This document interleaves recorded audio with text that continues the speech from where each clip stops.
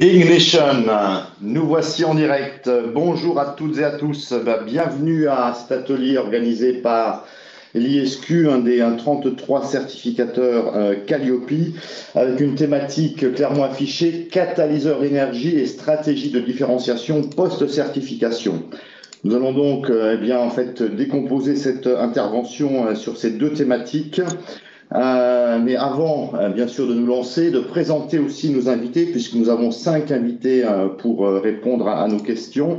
On va commencer tout d'abord par la présentation de votre animateur. Donc, qui suis-je? Marc Verger, directeur du développement et des opérations à l'ISQ et aussi accessoirement auditeur Calliope. Un parcours professionnel de plus de 30 ans dans la formation, à peu près à tous les postes possibles et inimaginables, commercial, formateur, concepteur de formation, dirigeant d'organismes de formation et pour donner une idée, des périmètres français à hauteur de 30 millions d'euros de chiffre d'affaires et sur l'Europe dans des vies antérieures sur la hauteur de 100 millions. Je laisse bien évidemment les plus curieux aller sur LinkedIn, vous pourrez trouver beaucoup plus d'informations sur ce parcours. Je vais avoir le plaisir d'être donc votre animateur pour cette heure et quart à passer ensemble. Un animateur volontaire désigné, un petit clin d'œil à l'armée, donc ça vous donnera un peu une idée de mon âge si vous étiez vraiment très curieux. La certification nationale qualité, cette fameuse certification Calliope, bien sûr, est plus que jamais d'actualité. Il n'y a pas eu d'annonce, y compris hier, lors de cet événement Centre Info, sur un report potentiel de l'obtention de la certification. Donc, nous savons que tous les prestataires concourant au développement des compétences qui souhaitent aller contractualiser sur des fonds publics et mutualisés doivent être certifiés avant la fin de l'année. À défaut, ils ne pourront pas engager de nouvelles actions sur ces mêmes fonds à partir du 1er janvier 2022. Alors, je sais que certains parlent même d'une course à la certification et il est clair qu'aujourd'hui, au regard des derniers mois d'audit côté ISQ et des derniers mois, en tous les cas, au-delà de l'audit, même des derniers comités, nous allons avoir une activité très chargée. L'ISQ va s'investir jusqu'au 29 décembre, date du dernier comité de certification, pour permettre à l'ensemble des prestataires et des partenaires d'obtenir le fameux sésame, bien sûr, avant l'échéance. Alors, Calliope, quelques chiffres quand même à présenter, c'est important. Pour l'ISQ, nous sommes aujourd'hui à date à 1392 organismes certifiés. Au-delà du nombre, ce qu'il est aussi important d'avoir comme indicateur, c'est le chiffre d'affaires certifié qui n'apparaît pas. Et vous verrez dans les prestataires qui nous ont fait le plaisir d'accepter l'invitation, nous avons des prestataires avec un chiffre d'affaires conséquent et des nombres de bénéficiaires très conséquents. Le gouvernement, en date du 1er octobre, nous avait annoncé 15 551 organismes certifiés, 12 347 en cours de certification, donc potentiellement certifiables avant la fin de l'année. On parle de 80 000 acteurs de formation sur le territoire national. La dernière liste de NDA actifs fait ressortir plus de 104 000 NDA actifs, numéro de déclaration d'activité sur l'ensemble du territoire. Je vous rappelle, mais vous le savez bien sûr, que la certification, c'est 3 ans de validité pour ceux qui ont été certifiés sur 2022, 4 ans pour ceux certifiés en 2021, pour les 2019 et 2020, 4 ans, 7 critères et 32 indicateurs et 3 audits à, certains diraient peut-être subir, mais d'autres dire bénéficier d'un audit, bien évidemment. Donc 5 invités pour traiter sur les deux thématiques. On a souhaité ici sortir un petit peu des sentiers battus. Des sentiers battus, pourquoi plutôt que de parler des indicateurs les plus portant le plus à des non-conformités, plutôt que de parler de l'audit de surveillance, plutôt que de parler d'autres sujets comme ceci, on a préféré s'orienter sur les aspects positifs de Calliope et aussi et surtout que faire demain pour se différencier lorsque nous aurons un océan de Calliope sur le territoire français. Alors, qui allons-nous avoir avec nous? Eh bien, je vais laisser chacun des intervenants se présenter et nous allons commencer avec Marilus Rouxel. Oui, bonjour, je suis Marilus Rouxel, donc je suis directrice déléguée à la formation au sein de la Croix-Rouge française. Alors, la Croix-Rouge française, très grande institution, première ONG de France, avec 2 activités. C'est important que je vous représente très, très rapidement la Croix-Rouge. Une activité bénévole centrée plutôt sur l'action sociale et la formation au grand public aux gestes qui sauvent. Et puis, une activité d'établissement répartie en filières, dont la filière formation professionnelle. Alors, la filière formation professionnelle de la Croix-Rouge, c'est un gros organisme de formation multisite composé de 108 instituts et centres de formation implantés sur 70 sites dans les 12 régions françaises. Nous formons un peu plus de 17 000 apprenants en formation diplômante et certifiante chaque année, des premiers niveaux de qualification, donc niveau 3 jusqu'au niveau 7, avec un panel de 30 métiers du sanitaire et du social. Nous formons également un peu plus de 90 000 stagiaires en formation professionnelle sur des schémas beaucoup plus courts chaque année. Chiffre de 2020, si je me réfère à 2019, qui était une année bien plus favorable pour nous, on était autour de 130 000 stagiaires par an. Nous comptons 1624 salariés, dont 1000 formateurs temps plein et évidemment, permanents plus exactement, évidemment un certain nombre de formateurs occasionnels et de prestataires qui interviennent pour nous selon leur domaine de compétences. En 2020, nous avons ouvert notre CFA et nous avons eu la chance de passer entre 2020 et 2021 de 130 apprentis à près de 800 cette année, avec donc une belle progression qui continue. Alors, on forme dans 3 grands segments d'activité. Premier grand segment, ce que l'on appelle la préqualification, à destination des personnes les plus éloignées de l'emploi, pour venir se remettre à niveau, pour venir travailler leur projet professionnel et puis évidemment découvrir également ces métiers du sanitaire et du social qui sont des métiers à insertion professionnelle plus et dont on parle beaucoup dans la presse d'ailleurs actuellement puisque nous recrutons énormément.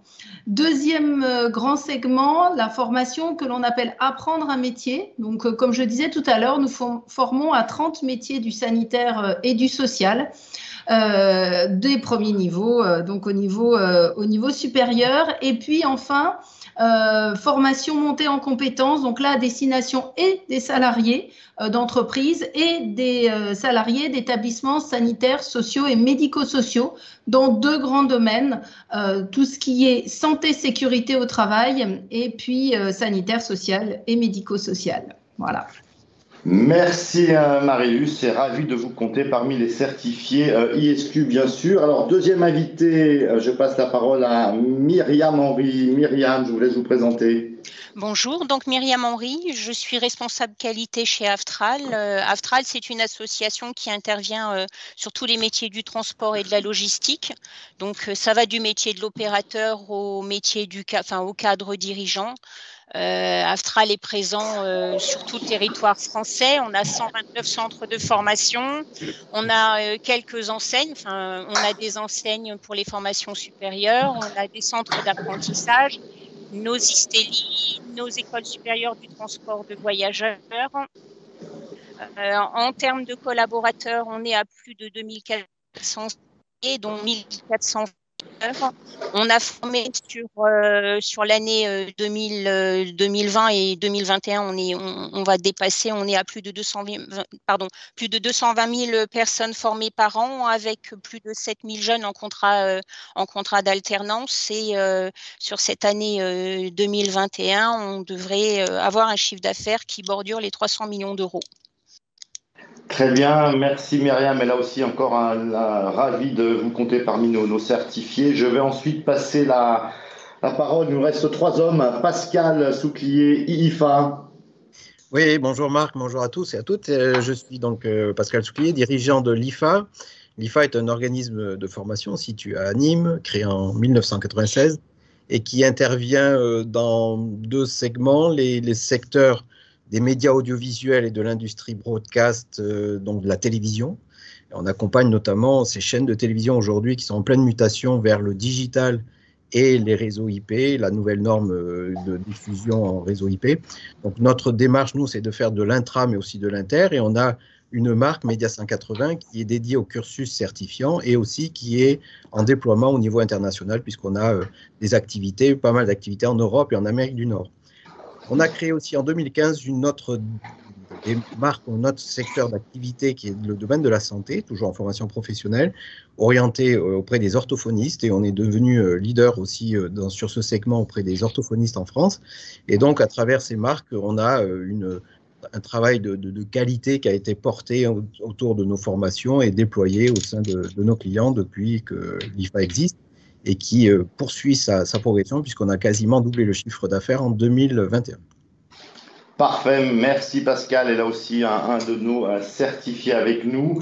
On enchaîne avec Grégoire, qui n'est pas certifié avec nous et que nous avons plaisir à accueillir. Merci beaucoup, Marc, de cet accueil.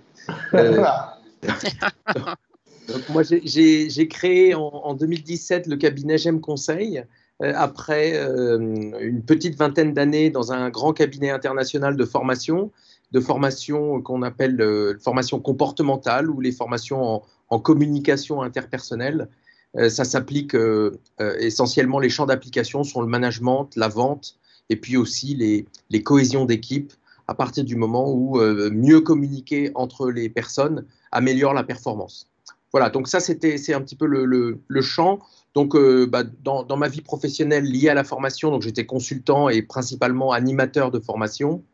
Et donc j'ai formé peut-être dans ma carrière 2500, je ne les compte pas à l'unité, mais environ 2500 professionnels, donc comme je vous le disais, des managers, des vendeurs et des équipes. Et puis aujourd'hui, J'aime Conseil, c'est un cabinet que j'ai fondé et je fonctionne en mode très organique. C'est-à-dire que je suis tout seul à l'intérieur de la structure et j'ai un écosystème très ouvert et je travaille avec des partenaires en fonction des spécificités des besoins pour environ 200 personnes formées dans l'année, donc principalement par mois, et puis parfois, comme je vous le disais, en association avec des partenaires. Voilà, et donc ça fait un chiffre d'affaires de l'ordre de 200 000 euros par an. Mais merci Grégoire et petit clin d'œil, donc certifié par un de nos confrères et à ma demande. Merci beaucoup Grégoire. Et on terminera avec sur les présentations avant de passer donc à nos échanges avec Alexandre Manoilov. Oui, merci Marc. Bonjour à toutes et à tous. Donc, je suis Alexandre Manoilov, dirigeant de Qualis Formation, l'un des leaders de la formation financière en France. Donc, nous accompagnons depuis 2004 le secteur financier français dans l'excellence de ses métiers, en formation continue et en développant des dispositifs de montée en compétences commerciales, comportementales, techniques et réglementaires. Autant dire qu'on a plus de 200 sujets en référence chez Qualis. Nous le faisons en intra-entreprise, nous le faisons chez des grands comptes, évidemment, dans tous les grands établissements financiers français, et sous tous les formats, en format distanciel, présentiel, synchrone, asynchrone, digital learning, blended learning, j'en passe, c'est des meilleurs. Voilà, toute la palette de nos savoir-faire qui sont reconnus aujourd'hui au travers de nos certifications Calliope, de notre certification Certiform Pro by EPQF également. Et nous avons obtenu, dans le courant de l'année 2021, l'inscription de l'un de nos parcours au répertoire spécifique de France Compétences. Je tiens à dire, on l'a eu du premier coup, sur un référentiel de compétences sur l'exercice du contrôle permanent en banque et en assurance. Donc un sujet très spécifique. Et voilà ce que nous faisons tout au long de l'année. Mais merci à Alexandre, et oui, donc proche aussi de l'ISQ depuis de nombreuses années.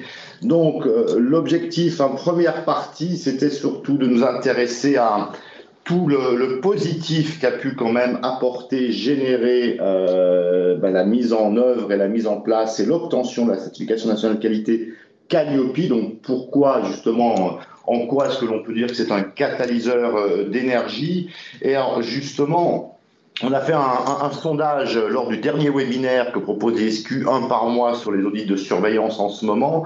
On a sollicité donc sur les 279 personnes inscrites, on a voulu qu'ils puissent décrire Calliope en un mot. Et bien en fait, certes, certains évoquent une contrainte et uniquement à hauteur de 4%. Certains évoquent une obligation à hauteur de 29%. Mais ce que, en tous les cas, pour ma part, je retiens surtout 30% comme un atout et 37% comme une opportunité. Donc c'est vrai qu'on voit quand même que le positif l'emporte au plus des 2/3 des répondants. Alors justement, on sait aussi que Calliope s'adresse plus particulièrement normalement aux prestataires qui souhaitent aller chercher des fonds publics et mutualisés. Et on sait que certains qui n'en avaient a priori pas besoin se sont quand même lancés dans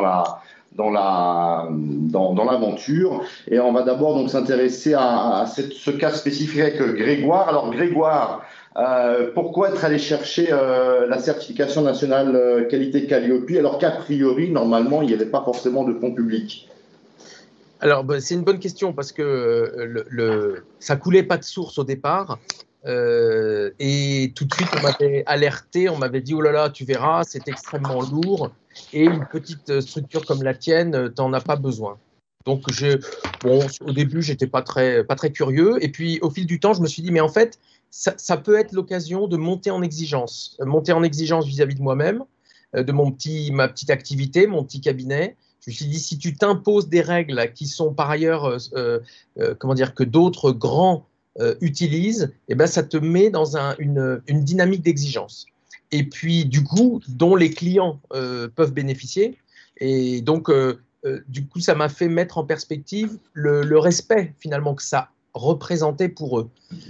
J'ai des clients, évidemment, parfois je travaille en sous-traitance, mais parfois je travaille aussi en direct avec certains interlocuteurs. Et pour moi, c'est un vrai respect vis-à-vis d'eux de pouvoir me dire je n'ai pas à rougir, je suis certifié Calliope, c'est presque une fierté. On verra tout à l'heure que c'est une fierté que je garde pour moi. Mais voilà, cette exigence vis-à-vis de moi-même, cette exigence vis-à-vis de mes clients, et puis aussi, il faut le reconnaître, la possibilité de pouvoir crédibiliser mon offre. Vous savez, plus on est petit, plus on a besoin de montrer qu'on n'est pas si petit que ça. Et donc, Calliope était aussi une opportunité dans ce champ-là. D'accord. Alors, dans cette démarche, qu'est-ce qui a été le plus difficile? Alors déjà, quelque chose de difficile, ça a été de décider de le faire. Ça, comme je disais, ça coulait pas de source. Ensuite, le syndrome de l'indépendant. C'est nous, les indépendants, nous sommes des hommes orchestres. C'est-à-dire qu'on fait tout, on fait notre compta, on fait la préparation, on fait les documents pédagogiques, on fait les mails d'invitation aux stagiaires, et puis on produit la formation qui a été vendue. Donc le fait de tout faire tout seul, eh bien banco idem pour Calliope, il a fallu tout faire, que je m'occupe de tout. Et donc du coup la décision que j'ai prise, parce que je sentais que j'allais pas forcément y arriver, la décision que j'ai prise, c'est de me faire accompagner. Voilà, donc j'ai sollicité un consultant assez réputé sur la place, quelqu'un qui avait pas mal d'expérience, à la fois dans le métier et puis en même temps dans ses approches qualité. Et donc, je dois dire qu'il m'a accompagné de manière vive et dynamique et efficace, puisque j'ai pu obtenir cette certification. Donc, résultat positif, en tous les cas, sur l'obtention, mais au-delà du simple bénéfice, qui n'est pas simple à obtenir, mais de la certification, qu'est-ce que vous retirez là aussi d'intéressant et comme avantage de la démarche? En fait, alors là aussi, il y a des choses que j'ai découvertes après. C'est-à-dire qu'au départ, je me suis dit, bon, voilà, tu mets en place une politique qualité, tu auras déjà un manuel. Premier bénéfice, c'est d'avoir un manuel qualité à disposition. Je n'exclus pas un jour recruter, pourquoi pas un deuxième formateur, un assistant ou une assistante. Enfin, donc, il y a un manuel qualité, il existe, et donc ça offre un moyen de structurer une démarche. Donc ça, c'est quand même très, très intéressant. C'est un bénéfice pour aujourd'hui et aussi pour le futur. Après, moi, j'ai un autre bénéfice que j'ai ressenti, c'est finalement la confiance en moi. Comme je vous le disais, le syndrome du petit indépendant qui peut croire qu'il est trop petit, finalement, je ne suis pas si petit que ça, puisque j'ai réussi ma certif Calliope. Donc, j'ai gagné confiance. Vous voyez, j'ai gagné confiance en moi. Je peux traiter en face de cabinets de taille plus importante. Et puis, j'ai certains autres confrères, eux aussi indépendants, qui n'ont pas voulu y aller. Et quand ils me demandent, mais alors, t'es Calliope, mais comment t'as fait? Eh ben, j'y ai été. À un moment, j'ai décidé d'y aller. Et donc, c'est une vraie confiance et un bénéfice, avoir envie d'y aller, quoi. Vraiment de se dire, mais ça y est, j'y suis. Et puis, je pense que pour mes clients, parce que c'est toujours pareil, hein, c'est plus on se sent bien, plus nos clients en bénéficient. Pour mes clients, c'est l'assurance de travailler avec quelqu'un qui est certifié, donc l'assurance de pouvoir aussi bénéficier des fonds publics si nécessaire. Et aujourd'hui, je me rends compte d'une chose par rapport justement à mes confrères, c'est qu'aujourd'hui, je suis libre, je suis autonome par rapport à eux qui maintenant sont obligés de fonctionner en sous-traitance ou de faire appel à un organisme qui lui-même est Calliope pour pouvoir ensuite sous-traiter leurs prestations. Moi, je n'ai pas cette contrainte. Donc, c'est en réalité le bénéfice que j'observe après 6 mois d'exercice et 6 mois de certification, c'est une liberté supplémentaire que j'ai acquise.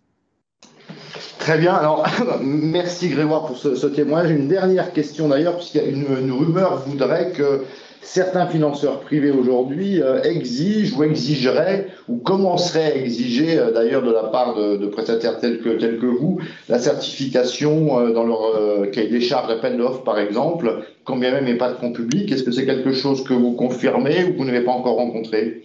Alors c'est une question qui est souvent posée et rarement vérifiée. C'est-à-dire que très souvent on me demande en amont. Alors évidemment, moi je travaille beaucoup avec le bouche à oreille puisque ça fait longtemps que je suis sur mon marché, donc je suis identifié. Donc les gens viennent vers moi et les gens me demandent très souvent, tiens, mais au fait, Grégoire, est-ce que vous êtes Calliope? Est-ce que votre cabinet GEM Conseil, est-ce que vous avez la certification Calliope? Donc je réponds oui, évidemment, et ça s'arrête là en fait. D'accord. On me demande si je suis certifié Calliope comme la validation d'une exigence, mais ensuite on ne vérifie pas.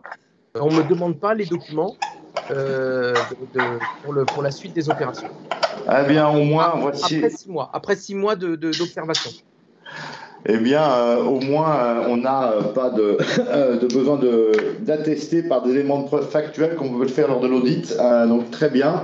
Merci encore, Grégoire. On va changer maintenant un petit peu de périmètre. On va s'orienter sur un double témoignage, tout d'abord avec Marie-Luce et ensuite avec Myriam, donc Croix-Rouge et Aftral, donc des organismes qui sont bien sûr conséquents, une implantation nationale, multi-sites, multi-catégories certifiées et multimarques. Donc, Marie-Luce, en fait, peut-être nous rappeler un petit peu quel était le contexte dans lequel s'est inscrit la préparation de la certification pour la Croix-Rouge. Alors en fait, la filière formation est entrée dans une démarche qualité depuis longtemps puisque dès 2014, on avait fait le choix d'ISO 9001 à l'époque. En 2017, on a souhaité intégrer la démarche ISQ au PQF qu'on a obtenue en 2018 et puis naturellement, très vite, nous avons concentré nos efforts vers Calliope. Alors, on souhaitait être certifié en fin d'année 2020. Malheureusement, la crise sanitaire nous a fait prendre un petit peu de retard. Notre secteur ayant été fortement impacté puisque contrairement à beaucoup d'organismes de formation, nous avions des exigences ministérielles de continuité pédagogique et de diplomation sans retard pour que les soignants diplômés puissent venir très rapidement renforcer les équipes qui étaient très mobilisées. Donc, on a pris du retard, mais on a continué à avancer. Et puis, une chose importante, quand on est un gros organisme comme la Croix-Rouge, quand on est, comme vous l'avez dit, multi-sites, multi-activités, multi-cibles, ça nous a vraiment obligés, cette démarche nous a vraiment obligés à accélérer, à repenser nos process et à accélérer la mise en place d'une véritable organisation pilotée et harmonisée par la fonction centrale. Il faut savoir que la Croix-Rouge, de par son histoire, était très régionalisée. Et donc, cette démarche Calliope, nous étions rentrés déjà dans une démarche de pilotage du pilotage du national. Et en fait, cette démarche Calliope nous a permis de vraiment travailler sur la fonction centrale et de développer et d'harmoniser par la fonction centrale. Alors, on sait que, bien évidemment, des organismes régionaux, il y a aussi quelquefois, on parle de baronnie, mais quels auraient été les principaux freins internes et les ressources que vous avez dû monopoliser pour justement mener à bien ce process de certification ? Alors, cette démarche, elle exige des outils de communication harmonisés et conformes que nous n'avions pas. toujours de par l'histoire régionale, qui sont en train d'être corrigées. Aujourd'hui, on a encore 12 sites internet, donc ce qui exige en fait ce qui a exigé un gros travail d'harmonisation et de conformité, et de repenser toute l'architecture en fait de nos outils et de les coordonner. Alors en plus, on était juste en 2020, la Croix-Rouge a décidé de déployer Google Workspace, et donc on était tout au début du déploiement de ce système collaboratif, au début du déploiement des systèmes d'information, et donc il a fallu en très peu de temps nous mettre en ordre de marche pour partager, pour créer nos drives, pour décliner nos process d'alimentation et mutualiser nos outils. Et vous avez raison, il a fallu, et ça c'est un frein, mais c'est plutôt un frein positif, ça a permis aussi de casser les baronnies, ces fameuses baronnies, et à obliger tout le monde à rentrer dans cette même démarche et dans cette harmonisation. D'accord. Alors maintenant, donc la certification, donc certes, c'est pas en 2020 et elle a été obtenue en 2021. Quels bénéfices vous pourriez mettre en avant de tout ce processus? Alors nous, ça a été un véritable accélérateur qui a permis en très peu de temps d'adopter la démarche nationale qu'on avait initiée, mais aussi où ça a été très intéressant pour nous, c'est qu'en 2020, on a créé notre CFA Croix-Rouge. Donc on avait déployé en 2020 dans 3 régions et qui aujourd'hui est déployé dans toutes les régions de France. Et ça nous a permis vraiment de structurer le déploiement de notre CFA. C'est un CFA national, d'ailleurs comme la formation continue, enfin comme tous les restes des activités, on va dire, on a un seul numéro de déclaration d'activité pour tous nos sites, qui exige vraiment une harmonisation. Le déploiement du CFA est national avec en fait une mise en place en région, c'est vraiment, on déploie en région, et donc Calliope nous a vraiment permis de structurer notre approche. Et puis, je dois dire que ça a été un très beau challenge managérial. Je disais, on est 1600, enfin un peu plus de 1600 dans la filière, et il a fallu donc créer des communautés d'acteurs, il a fallu partager, mutualiser, harmoniser, structurer. On a vécu un audit qui a duré 6 jours, qui a duré plus de 6 jours, qui a duré 7 jours, je crois. Nous avions 6 auditeurs qui auditaient dans les différents centres en France, et ça a été vraiment un catalyseur d'énergie, je dirais, une belle émulation entre les régions. Chaque soir, on faisait un point entre ceux qui avaient été audités la veille et ceux qui allaient être audités le lendemain. Donc, une très belle réussite collective pour nous. Parfait, merci pour ce retour d'expérience, Marilus. Et on va maintenant se tourner vers Myriam avec en fait des questions très similaires. Alors Myriam, donc, côté Aftral, peut-être nous rappeler aussi donc dans quel contexte s'est inscrite cette démarche de certification? Comme beaucoup d'organismes de formation et comme aussi la Croix-Rouge, on a débuté notre démarche de certification en plein premier confinement Covid, ce qui a pas faciliter en fait les échanges. On est multisite, donc il fallait trouver un moyen de monopoliser toutes les énergies, toutes les équipes. Ce qu'on a fait, c'est qu'on a considéré, en fait, on a regardé la certification comme une opportunité. En fait, pour nous, la certification, on l'a proposée comme un projet d'entreprise avec un objectif, c'était de mettre à profit cette certification pour revoir l'ensemble de nos règles, de nos procédures et y intégrer les bonnes pratiques terrain. D'accord. Alors, et quels moyens est-ce que vous avez particulièrement monopolisés pour obtenir la certification? Alors, l'humain. Essentiellement l'humain. On a remis l'humain au cœur du dispositif. Nous aussi, on était déjà certifiés ISO, on était certifiés au PQF, on avait une fonction centrale, mais vu la période Covid, de toute façon, on avait besoin de remettre beaucoup d'humains et d'accompagnement des équipes de communication.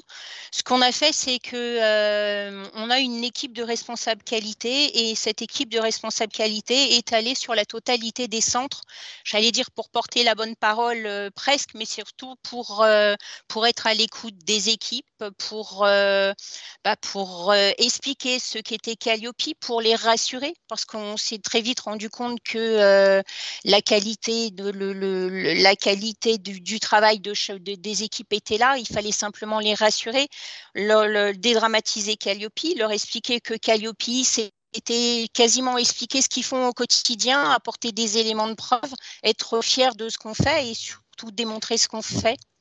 Donc, le plus gros du boulot, ça a été ça. Ça a vraiment été d'être présent, de répondre aux questions. En répondant à toutes ces questions, ça nous a permis d'étoffer nos règles, nos bonnes pratiques, nos procédures. Ça nous a permis de renforcer en fait notre système qualité, notre manuel qualité. D'accord. Alors, quand vous parlez d'une équipe de responsables qualité, ça représente quoi en termes de personnes? Ça représente pas tant de personnes que ça en fait, parce que Aftral, on est découpé en 4 directions opérationnelles. On a un responsable qualité par direction opérationnelle et en fonction centrale, on avait 2 responsables qualité nationaux. Un côté administratif et un côté pédagogique. Donc, au total, ça fait 6 personnes plus notre référente handicap. Donc, ce qu'on a fait, c'est qu'on a fait le tour de France plusieurs fois pour aller rencontrer les équipes et puis surtout remonter les bonnes pratiques terrain pour modifier nos procédures pour qu'elles soient en adéquation avec ce qui est fait sur le terrain. Et puis vraiment les rassurer. C'était vraiment un gros travail d'accompagnement. D'accord. Et au final, donc, les principaux bénéfices concrets retirés de toute cette démarche? Au final, il y a de nombreux bénéfices, comme l'a dit Marie-Luce. Moi, il y en a 2 que je vais mettre en avant. Il y a le fait d'avoir fait plusieurs fois le Tour de France et d'avoir échangé avec les équipes. Ça nous a permis d'améliorer nos pratiques, de renforcer la qualité de nos formations et de ce fait-là, d'améliorer la réponse que l'on fait à nos clients. Et puis le second, c'est la cohésion d'équipe qu'on retrouve aussi, c'est ce qu'a dit aussi Marie-Luce, vraiment la cohésion d'équipe. Nous, on avait choisi de faire auditer une équipe quand vous êtes venu auditer, en fait, dans la salle, il y avait vraiment tous les métiers étaient représentés. On avait le directeur de centre, on avait une administrative, on avait un service pédagogique. Et le fait d'avoir fait ce choix, ça a permis à chacun de se sentir concerné. Ça a permis aussi à chacun de découvrir bizarrement les missions de l'autre, en fait, parce que on est dans un centre, il y en a un qui fait de la pédagogie, il y en a un qui fait de l'administratif, il y en a un qui coordonne. Mais on s'est rendu compte qu'on avait des collaborateurs qui ne savaient pas ce que faisait le voisin. Pourtant, c'est un tout. La qualité de la formation, le suivi des stagiaires du début à la fin de la formation, c'est un vrai travail d'équipe. Et ça a vraiment permis de créer cette cohésion, vraiment un renforcement de la cohésion d'équipe. Et là encore, cette cohésion d'équipe, c'est pour la qualité de nos formations au service du client. Très bien, merci. Donc merci à toutes les deux. Alors avant de passer la parole à nos 2 derniers invités, on va laisser, on va passer une petite vidéo. On va pouvoir observer Olivier Delagarde du Collège de Paris qui s'exprime justement sur Calliope. La certification Calliope, elle a apporté à tout ce qu'on faisait en matière de qualité une vision commune, une vision partagée.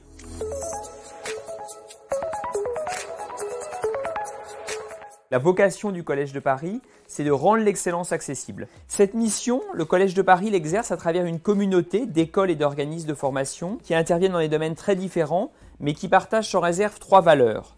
La qualité pédagogique, l'ouverture internationale et l'accompagnement individualisé de chacun vers l'emploi.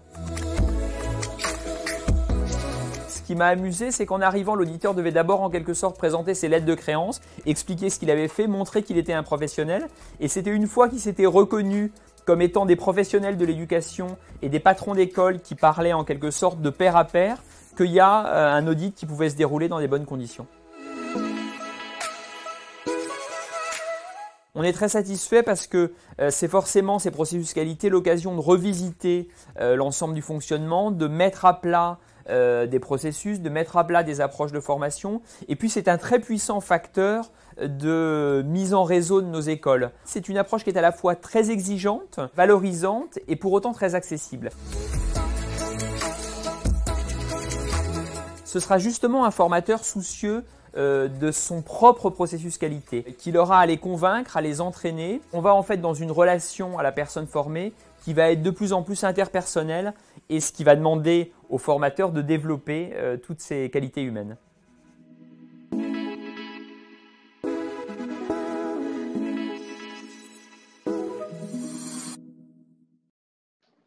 Alors, eh bien, donc c'était un témoignage complémentaire de l'un de un grand groupe d'éducation aussi certifié par l'ISQ, ce qui me permet maintenant de me tourner vers Pascal. Pascal, donc certification obtenue IFA, quel bénéfice au final eh bien, est-ce que l'on a pu constater? Bien, déjà, avant d'être certifié Calliope, l'IFA était un organisme de formation qualifié au PQF, et ce depuis 10 ans environ. En fait, ça a déjà amené une certaine rigueur dans notre organisation, et quand nous avons obtenu la certification Calliope, sans aucune non-conformité, et en ayant opté au sein de l'ISQ au préalable par la mise en place d'un audit blanc qui a été très très utile, cela nous a permis de structurer notre démarche qualité. En fait, nous appliquions déjà quasiment tous les indicateurs Calliope, mais au final, peu étaient formalisés ou consignés. Ce qui ne nous empêchait pas en fait de fonctionner en mode qualitatif permanent, en fait, hein, parce que la qualité au sein de l'IFA était déjà ancrée en quelque sorte dans nos gènes, et finalement, chaque problématique était traitée dans un esprit d'amélioration. En définitive, cette démarche, je dirais, a été un moment de redéfinition de ce qu'est notre mission, de son amélioration. Par-dessus tout, je pense qu'elle a permis de structurer et améliorer nos process. Enfin, bon nombre d'entre nous l'ont dit, mais c'est une réalité, et de consigner aussi par ce travail-là nos incidents, les résolutions de ces incidents pour être encore plus efficients et plus réactifs.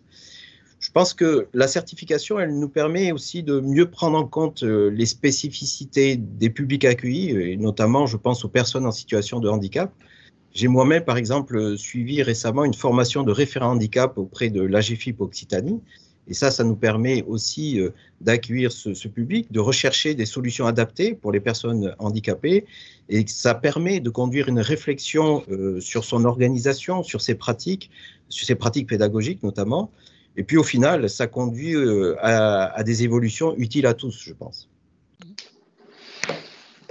D'accord. Alors, ce qui est intéressant, c'est que là, on a la notion de démarche inclusive avec la mise en avant de ce qui a pu être fait pour ce qu'on appelle dans le référentiel les PSH, mais donc les personnes en situation de handicap. Très bien. Et alors, pour terminer un petit peu cette première partie, bien le mot de la fin en quelque sorte, on va laisser la parole à Alexandre.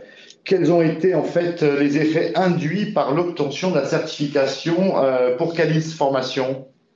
Oui, merci Marc. Alors en préambule, j'ai le privilège de clôturer cette séquence sur cette même question du bénéfice. Alors je dirais comme Pascal, en fait, on était à l'origine qualifié au PQF. Mais comme pour la qualification au PQF en 2010, on est rentré dans la démarche de certification Calliope donc en 2019, sans aucune obligation. Et on le disait tout à l'heure, certains d'entre nous sont rentrés dans cette démarche sans obligation, puisque finalement, chez Qualis, on ne fait pas appel à des fonds publics, des fonds mutualisés. Et pourquoi on a intégré cette démarche? C'est avant tout dans notre ADN. On parle beaucoup, on a parlé ici de démarche qualité, d'amélioration continue de nos processus et des services rendus à nos clients.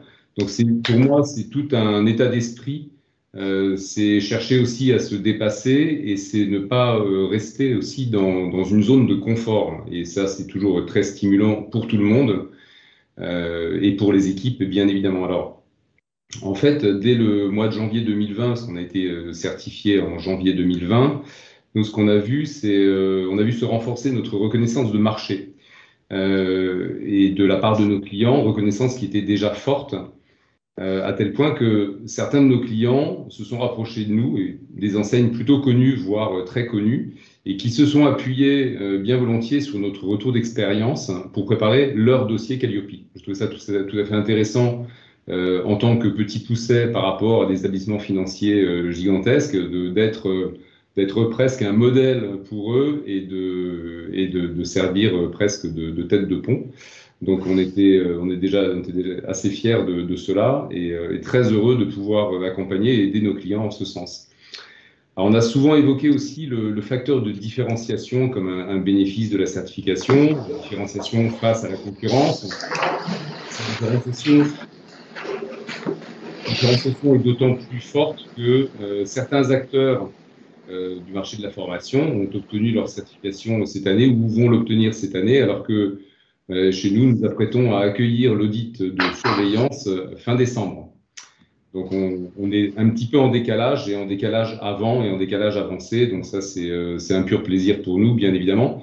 Mais cet effet de différenciation, je le modérerai quand même dans la mesure où Calliope devient et deviendra la norme, bien évidemment. Ce sera la norme de demain pour toutes et pour tous. Donc, moi, ce qui me semble intéressant aujourd'hui de c'est que cet effet de normalisation va nous permettre de relever notre niveau d'exigence vis-à-vis de nos clients. Ça veut dire quoi? Ça veut dire que, à tout point de vue, que ce soit pour le traitement administratif, organisationnel, pédagogique des formations, en fait, on va pouvoir s'adresser à nos clients d'une manière un peu différente, en faisant état des exigences de la certification et de notre savoir-faire et de nos processus également. Donc, ils s'imposent d'eux-mêmes. Et je prendrai quelques exemples comme le ciblage des publics. Donc, il y a des prérequis pour monter à bord de nos dispositifs. On va cibler les publics et leur positionnement amont de façon beaucoup plus fine et de façon beaucoup plus adaptée. Mais au bénéfice de quoi? De l'efficacité de la montée en compétences, bien évidemment. On va faire quoi également? On va, au travers de nos plateformes de validation des acquis de compétences et de connaissances, imposer ces dispositifs pour qu'on ait des évaluations amont, des évaluations aval. Et puis, on va on va pousser également l'exigence jusque dans le formalisme des dossiers. Et parfois, on est bien plus avancé que certaines organisations, notamment sur l'émargement en ligne et sur les évaluations en ligne. Donc, tout ça se passe sur plateforme. Donc, ça nous permet aussi donc, de prendre de l'avance et d'aller toujours vers de l'innovation. Alors, un dernier effet positif, selon moi, c'est bien évidemment de poser une vigilance accrue de tous les instants pour garantir la conformité, l'efficience, l'efficacité de nos processus et ça a été dit tout à l'heure par plusieurs d'entre nous, et une mobilisation de nos équipes autour d'une même préoccupation qui est la qualité du service client. Merci beaucoup Alexandre, et d'ailleurs dans les propos on a eu quelques éléments qui vont nous permettre d'assurer une parfaite transition sur la deuxième partie, sur la distinction. Demain, que faire pour me distinguer face à un océan de Calliope ou de Calliope? On avait l'océan de Datadoké, maintenant on passe à l'océan de Calliope. Et avant, en fait, deux éléments. Le premier, tout d'abord un sondage, le deuxième que nous avions pu réaliser, où demandant à nos interlocuteurs lors de notre webinaire quels étaient les bénéfices retirés de la certification. Amélioration du système qualité avec 24%, bénéfices organisationnels à 56%. Donc c'est vrai qu'on a vu pas mal de confirmations de tout ce que vous avez pu évoquer. Et je laisserai le mot de la fin à un absent et qui a fait un témoignage par ailleurs auprès de nous. Donc il s'agit de Ray Michal, qui est le Chief Innovation Officer de Skill & You, et donc on va l'écouter. Calliope nous a permis véritablement de nous muscler, nous a permis de monter en compétences nous-mêmes et d'avoir un système aujourd'hui qui irrigue.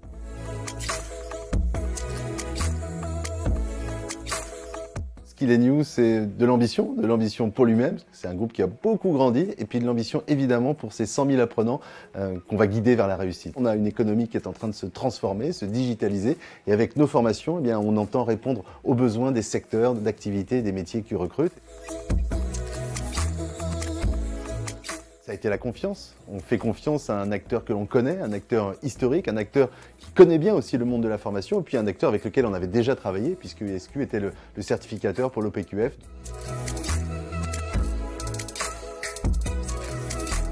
Ce sont d'abord et avant tout des investissements humains, Parce qu'on a beau être dans une entreprise du digital, de la tech, ce sont des individus qui sont derrière tout ça. Donc Calliope, ça a été d'abord de créer une équipe dédiée qui a travaillé pas à temps plein mais presque sur le processus d'obtention de cette accréditation. On a eu aussi des temps qui ont été très réguliers, des réunions hebdomadaires autour de l'avancée du projet. Donc Calliope, on part d'une contrainte et on en fait une opportunité pour l'entreprise.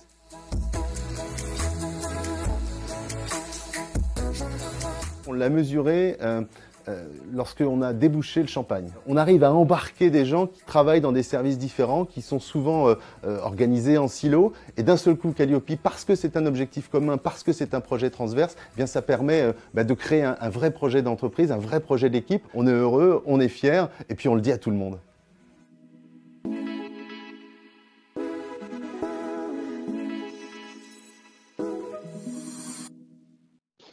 Alors, nous voici de retour en sachant que sur les 2 témoignages, il y en a 2 autres qui ont été réalisés avec des certifiés SQ. Vous pourrez les retrouver bien évidemment tout autant sur LinkedIn que sur les autres réseaux sociaux.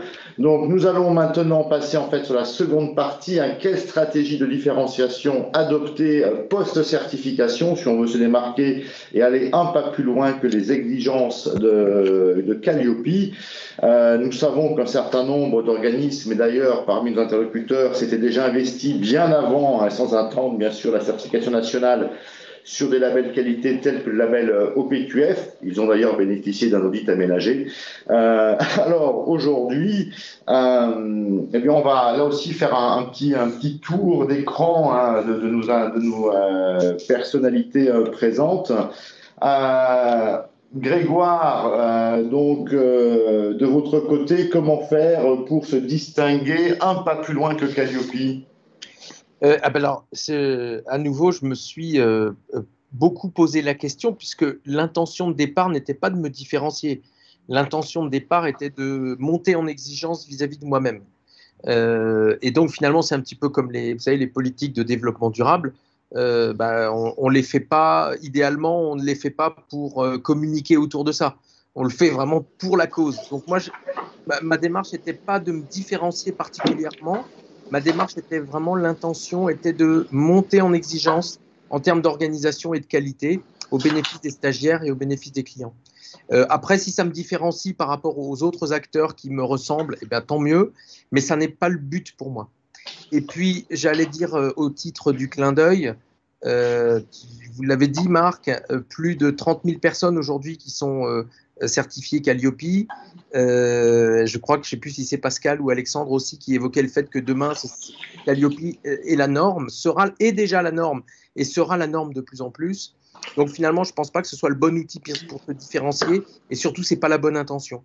Donc moi, je ne communique pas et je vois que tous mes confrères ont porté très haut leur certification Calliope, notamment sur les réseaux sociaux. Et du coup, je me dis, s'ils l'ont tous fait, le meilleur moyen de se différencier, c'est de ne pas le faire. C'est de considérer que ce qui est important, c'est d'offrir ce niveau de qualité aux clients et de ne pas en faire un outil de communication. Très bien. Marc, je ne sais pas si ça répond à la question. Non, mais l'idée, c'est qu'on ait une vue exhaustive des points de vue des uns et des autres et une approche parmi d'autres. Alors d'ailleurs, on va partager un sondage sur les limites de Calliope perçues par un certain nombre de prestataires, accessoirement ici 279. Limite, Calliope ne constitue pas un élément de différenciation face à la concurrence. Pour 45% des répondants, Calliope n'atteste pas d'une démarche qualité pour l'ensemble des fonctions support. Ça, c'est 43%. Et 12% avaient évoqué le fait que Calliope certifie la qualité des processus, mais ne garantit pas l'analyse qualitative de chaque action de formation. C'est vrai que, y compris des représentants de la DGEFP, répètent à l'envi que Calliope est avant tout une certification de processus et pas une certification de la qualité de la formation. C'est pour ça qu'on revient à notre image cette fois-ci. J'ai un petit peu inversé les slides et vous m'en excuserez. Mais donc, toute la question étant de voir qu'est-ce que l'on peut faire pour se différencier de Calliope, de l'océan de Calliope. Et là, de redonner en fait la parole à Marie-Luce, justement. Alors, quelle est la stratégie que la Croix-Rouge étudie aujourd'hui pour justement se différencier demain ?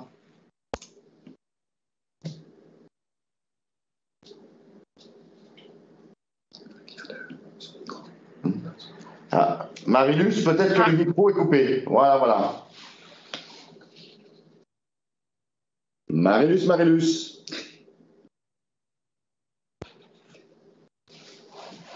Nous n'avons pas le son.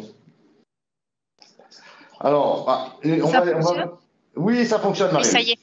Voilà. Désolée, je ne sais pas ce qui s'est passé. Donc je disais qu'on travaille énormément à la structuration pédagogique et nous souhaitons offrir à chaque formateur un parcours qui permettra de les labelliser. En effet, la Croix-Rouge française a une véritable identité pédagogique qui nous est propre, qui est basée sur nos valeurs et nous souhaitons la rendre visible au travers ce label qualité qui sera un gage pour nos salariés, un gage lors de nos recrutements, mais aussi un gage par rapport à nos apprenants au sens large. L'autre axe différenciant pour nous, nous sommes ISO, comme je l'ai dit tout à l'heure en introduction, et on souhaite garder ces deux certifications qui nous permettent d'avoir une approche qualité à 360 et une complémentarité en fait entre l'approche Calliope et l'approche ISO. Le troisième axe de différenciation repose sur une veille très puissante que nous avons sur les métiers et que nous avons mis en place. Alors, nous avons la chance, nous, d'être à l'intérieur d'un écosystème et de pouvoir avoir tous les métiers, et non pas uniquement les métiers de la formation, mais également les métiers de notre secteur, puisque nous gérons des EHPAD, des crèches, des centres de santé, des hôpitaux, des établissements pour personnes en situation de handicap, ce qui nous permet en fait d'avoir une position d'influenceur et de faire évoluer en fait les métiers, de faire évoluer le secteur pour répondre aux enjeux. Donc en ce moment, on est en plein dedans, donc on siège dans les instances ministérielles et ça pour nous, c'est aussi un gage de qualité, c'est un gage de différenciation. Et grâce à ça aussi, on crée des certifications RNCP, ça c'est vraiment notre stratégie. On a démarré, on en avait une en fait de longue date. Aujourd'hui, on en a 2 plus 4 qui sont dans le tube de France Compétences. Et c'est vraiment notre objectif, c'est de pouvoir déposer des certifications pour répondre aux enjeux du secteur et affirmer notre identité. Donc, c'est pas faire de la certification pour de la certification, c'est identifier en fait là où il n'y a pas de diplôme, là où il n'y a pas de certification et pouvoir venir en complémentarité pour garantir l'employabilité des salariés du secteur. Et enfin, notre credo, c'est l'innovation sous toutes ses formes. Innovation pédagogique, innovation sociale. On a mis en place un système d'aide là pour tous nos apprenants. Donc, on leur offre l'accès à une plateforme d'aide pour des gens qui peuvent être en difficulté financière et ça leur permet de pouvoir aller chercher du financement, aller chercher des aides pour les accompagner vers la réussite de leur formation. Parce que la formation, c'est vrai que pédagogiquement, il faut être bon, mais si on n'a pas l'écosystème et l'environnement qui permet d'aller vers la réussite, eh bien, ça ne fonctionne pas. Donc, cette innovation sociale et ces accès aux aides permet de donner à nos apprenants on va dire, tout ce qui va bien pour pouvoir être dans une logique de réussite. Mais c'est aussi l'innovation organisationnelle, l'innovation immobilière. Ce sont des facteurs différenciants et c'est vraiment pour nous des réponses aux enjeux et aux évolutions sociétales. À titre d'exemple, alors évidemment, dans l'écosystème de la formation, l'apprentissage, ça peut paraître très simple et normal, sauf que dans le secteur sanitaire et social, il n'y avait pas d'apprentis. C'était pas culturel, il n'y en avait pas. En fait, voilà, il y en avait quelques-uns, on va dire, j'exagère en disant qu'il n'y en avait pas, il y en avait quelques-uns. Et c'est vrai que dès que la loi est passée en 2018, nous, tout de suite, on s'est dit, mais ça, typiquement, c'est un moyen de former les gens, c'est un moyen pour les employeurs de répondre à leurs problématiques de recrutement, puisque nous sommes dans des métiers qui sont très, très en tension, mais c'est aussi pouvoir donner aux jeunes la possibilité d'acquérir la compétence en situation de travail. Et donc, on a décidé d'ouvrir notre CFA qui fonctionne très bien. Donc, voilà. Donc, on est toujours dans cette recherche de l'innovation, mais l'innovation au service de la pédagogie et de l'acquisition de la compétence et du parcours, et non pas innover pour innover. Très bien, merci à Marius, et j'ai bien noté le tout premier point avec la structuration pédagogique et un parcours labellisant pour formateurs. Voici une des possibilités de différenciation, bien sûr, en complément de Calliope, au-delà de tout ce qui a été évoqué. Alors, je me retourne maintenant cette fois-ci vers Myriam, toujours pareil, hein, donc la même question, sur quoi travaille ou sur quoi pourrait s'investir demain Aftral pour renforcer sa différenciation? Déjà, nous, on a deux axes en fait. Le premier axe, en fait, c'est pour répondre à la demande de nos clients. Pour répondre à la demande de nos clients et des entreprises, c'est être plus proche d'eux, pour pouvoir proposer des formations aux jeunes, aux demandeurs d'emploi, aux salariés. Donc, c'est avoir une offre de formation facilement accessible. Ça, c'est la première. La deuxième, c'est le renforcement de la qualité pédagogique de nos formations, en y intégrant les innovations pédagogiques telles que la réalité virtuelle, les simulateurs, mais aussi les multimodalités, les classes virtuelles qui sont des mi-chemins entre le présentiel et le distanciel, qui permettent là aussi l'accessibilité à tous, ainsi tout le monde peut avoir accès à la formation. Et puis qui permet aussi de mettre de l'humain dans les formations à distance, en continuant aussi de former nos formateurs aux nouveaux dispositifs, parce qu'il y a les nouvelles technologies, mais il faut aussi former les formateurs à l'utilisation de ces nouvelles technologies. Donc, on a mis en place dans notre... on a un processus d'intégration de formateurs, et dans ces intégrations de formateurs, on a tout un chapitre en fait sur l'accompagnement du stagiaire en formation à distance ou en multimodalité. On va mettre aussi l'accent sur l'écoute de nos clients, sur les attentes métiers et sur les besoins du client. Donc en fait, notre stratégie, c'est être à l'écoute de nos clients pour renforcer la qualité de nos formations. D'accord. Je sais que Marius avait terminé en évoquant l'investissement immobilier. Je crois qu'aussi Aftral réalise de très sérieux investissements dans les plateaux mis à disposition pour la formation. Tout à fait. Donc, on a vu au travers de Calliope, en fait, notamment, il y a un indicateur où on demande comment on favorise l'engagement des bénéficiaires. Et en fait, la réponse, c'est quoi? C'est avoir des centres à proximité, c'est mettre en place en fait un certain nombre d'installations et de dispositifs pour que l'apprenant, quand il est en centre de formation, soit dans des conditions confortables. Donc en effet, on a investi sur des simulateurs, on a investi sur des classes de formation à distance, on a investi sur du nouveau matériel, des engins, on a fait énormément d'investissements. En effet, plus aussi pour répondre à la demande de nos clients, on est en train d'ouvrir un certain nombre de centres un peu partout pour quadriller au maximum le territoire français et être à disposition des clients.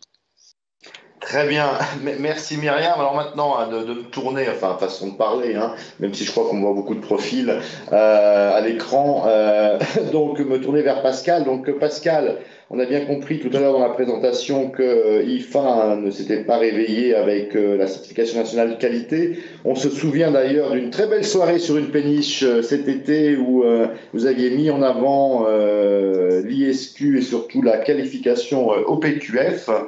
À quoi pensez-vous aujourd'hui en termes de différenciation?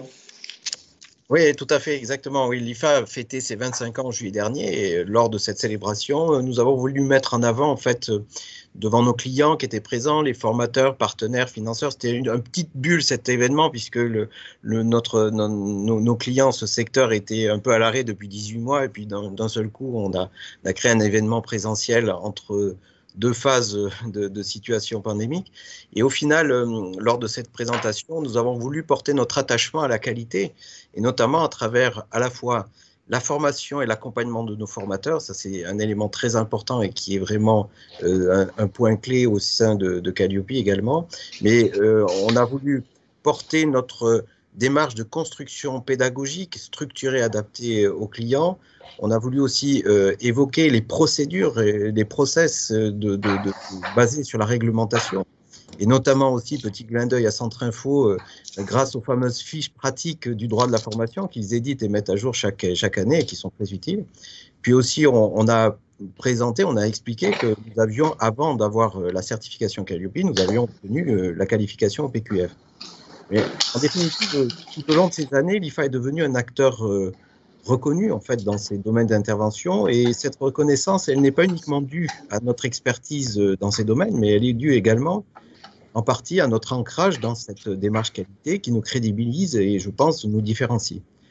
Mais je dirais que notre mission, et je pense aussi que c'est la mission de tout organisme de formation, c'est avant tout de faire grandir les femmes et les hommes que nous accompagnons pour les rendre à la fois employables, ou en tout cas leur permettre de demeurer employables. Et c'est pour ça que nous nous sommes tournés dès 2015 vers le projet ou la création de certifications. Alors on a fait opter pour le choix des CPFFP au sein de l'ISQ, notamment dans le secteur des médias audiovisuels, qui est un de nos domaines d'activité. Ces certifications ont ensuite été validées par notre CPNEF, notre branche, notre commission paritaire nationale emploi et formation de notre branche, pour qu'elles soient ensuite inscrites à l'inventaire, en tout cas ex-inventaire devenu le répertoire spécifique. Et donc, ces parcours que nous avons créés, après toutes ces étapes, qui ont quand même pris du temps, je précise que c'est quand même plusieurs jours, voire plusieurs mois de travail pour arriver à ce résultat, ces parcours certifiants répondent aujourd'hui pleinement aux attentes du marché et comblent même un manque sur les domaines de la transition digitale dans les médias.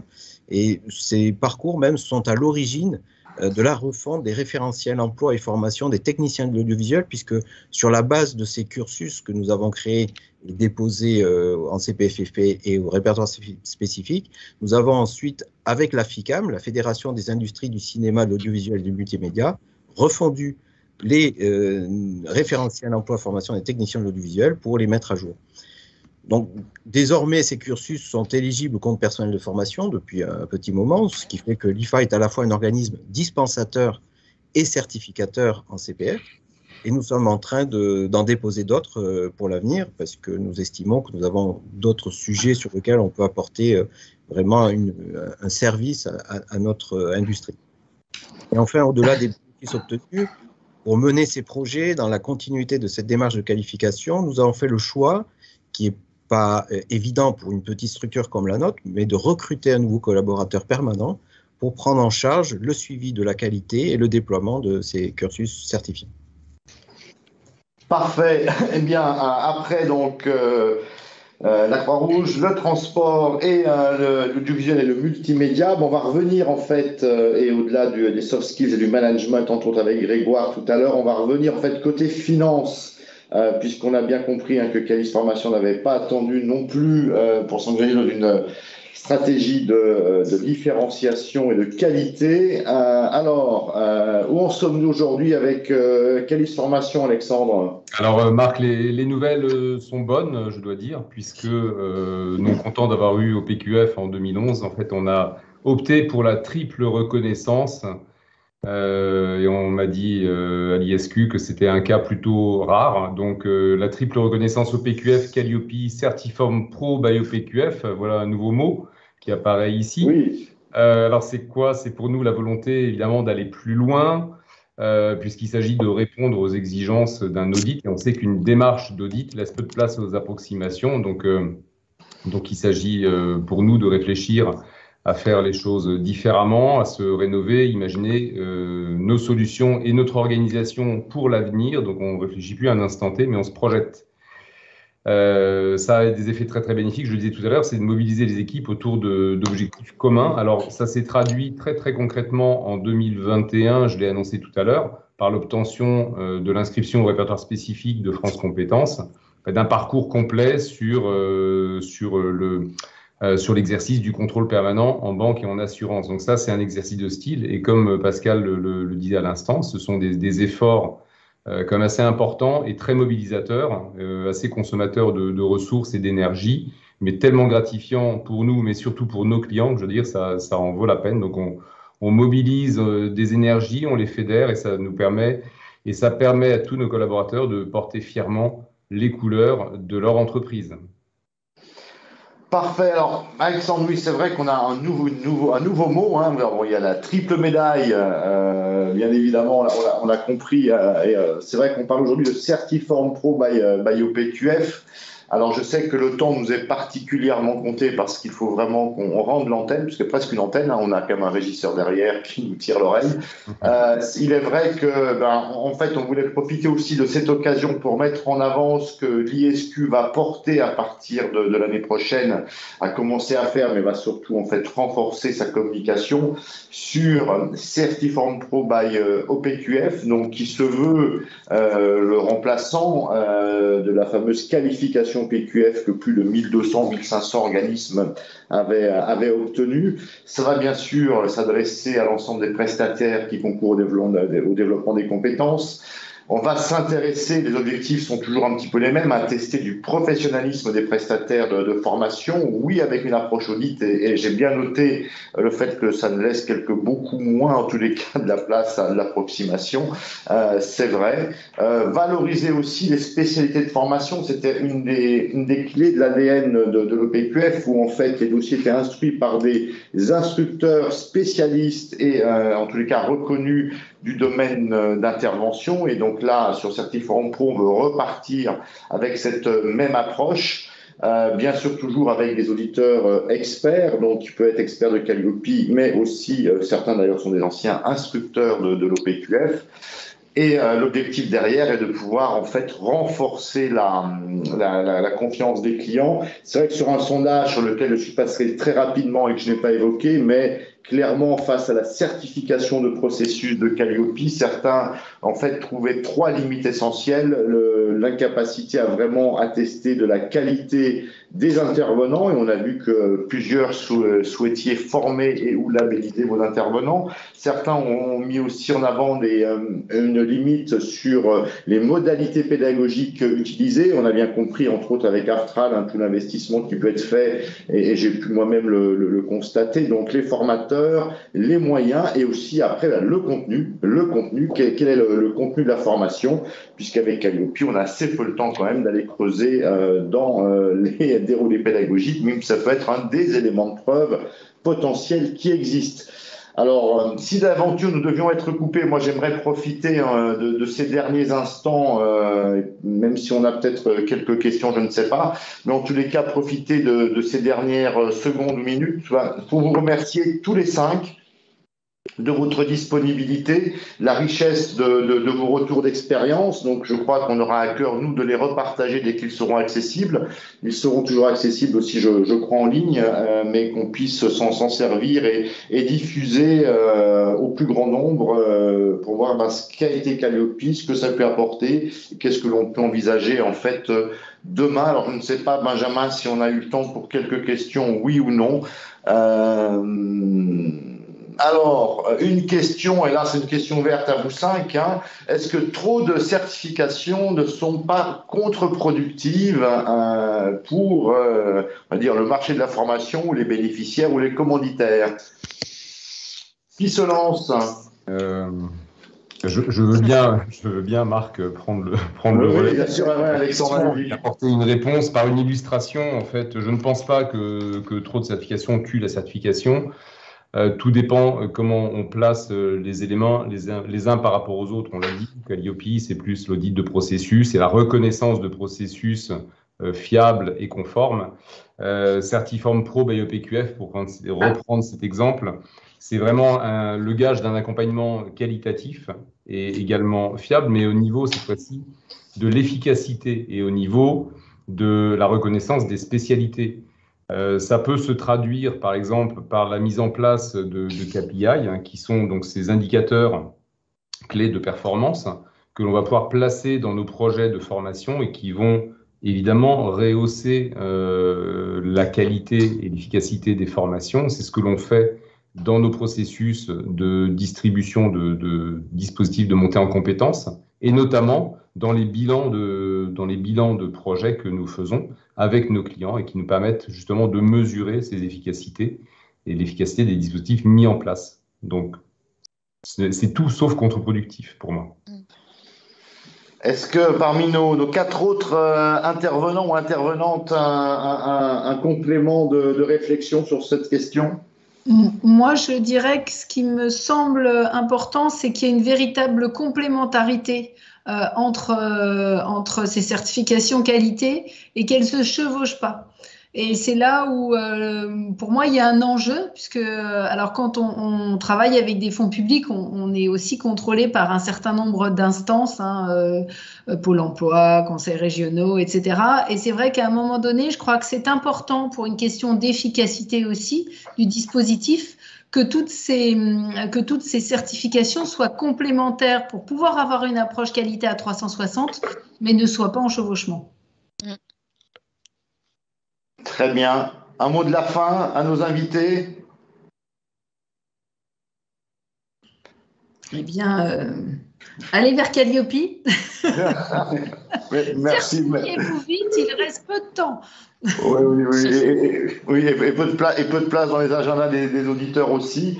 En fait, ça va être le mot de la fin. Donc, nouvelle fois de vous remercier de votre disponibilité. Je crois que nous avons été de très bons élèves quant au respect des timings. Nous n'avons pas fait 50 répétitions, mais on va peut-être être prêt pour une pièce demain. Je crois qu'on a bien joué sur le timing. Donc, merci vraiment du fond du cœur. Ravi de vous avoir revu à l'écran pour certains, et je sais que d'autres, je les retrouverai très prochainement, dès la semaine prochaine en audit. Et on partagera très vite, dès que nous le pourrons, bien cet enregistrement. Je trouve particulièrement intéressant sur la richesse du fonds que vous avez bien voulu partager avec nous. Merci encore, bonne fin de journée et à très vite. Merci. Merci beaucoup. Merci. Merci à tous. Au revoir. Au revoir.